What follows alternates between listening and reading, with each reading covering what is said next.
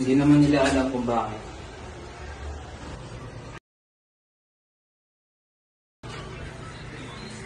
Kung hindi ko ito tinago kagabi, yung tatanong. Ayoko ng tanong. Ayoko ng tingin.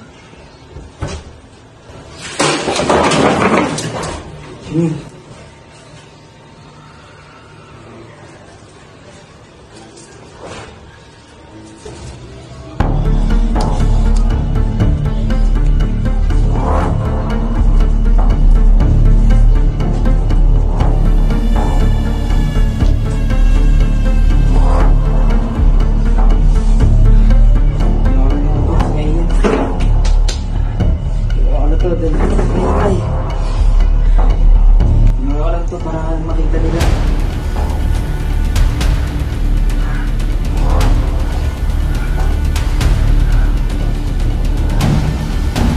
Anong ginagawa mo dito? Ikaw pa gumawa niyan? Halika, gawa ka masaktan ko ito, guys. Hoy! Report si ma'am. Si Jero gumawa ng vandalism dito. Kailangan nating i-analyze. Pre, nakita ko siya kahapon eh. Sinuntok niya yung pader? Baka yun yung tunog kagabi. Siguro, kinagat siya ng pader. Huh? Kaya sinuntok niya pabalik. Pader?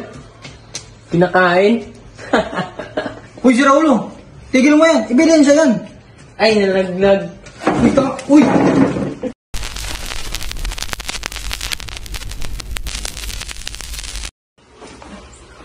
Ito yung part na galing sa antisocial personality ni Jay. Pag sinabi ng antisocial personality disorder, ito yung hindi niya alam kung may masisira, kung may masasaktan. Tama ka, pre. Kahapon, nakita ko siya naglalakad sa gitna ng klase. Tapos, binuksan na lahat ng bintana. Sabi pa naman, mainit daw. At sabi niya, ano problema? Yun eh, parang baliw. Pero dapat sinabi ni ma'am, Jeff, please lang, di ba? Oo. Kahit ilang pakiusap ilagay mo, hindi niya pa rin alam kung tama o maling vandalism. Krimen yun. Hindi niya iniisip kung tama o mali. Ako, gusto ko bintana. May hangin. Baliw ka ba?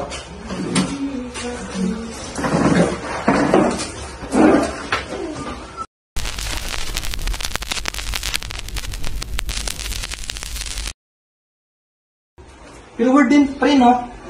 Minsan, nakikita ko siya sa hallway. Natatakot siya sa tao. Nakikita ko siya dun eh. Tumakbo sa sa fire extinguisher. Parang inaabot niya na maka-contact sa mga tao. Oo, tinawag siya ni sir kanina eh. Tumakbo siya na parang vampire, natakot sa araw. Yan yung avoidant. Parang ayaw niyang mapansin. Kasi feeling niya, mali lahat ng ginagawa niya. Kaya nung makita yung vandalism, tumakbo siya pala yun. Ako din. Takot sa multo. Hindi multo pinag-uusapan namin! Krimen!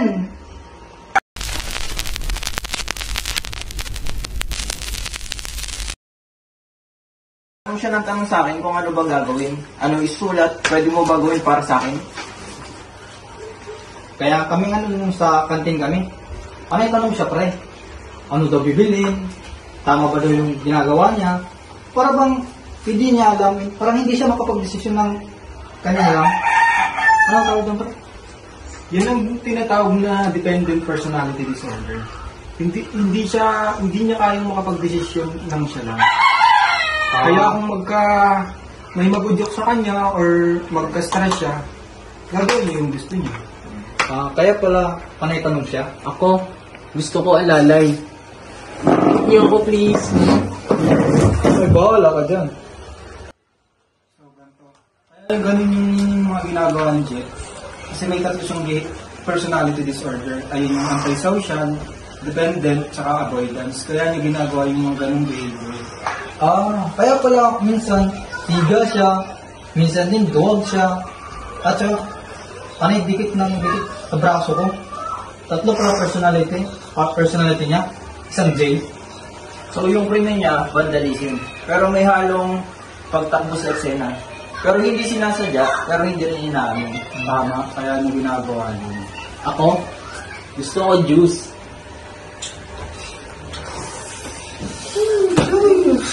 Ang importante, hindi masamang tao si Jet. Mayroon lang, may personal disorder lang siya. Yung Pwede na ba tayo kumain? Gusto ko ng juice.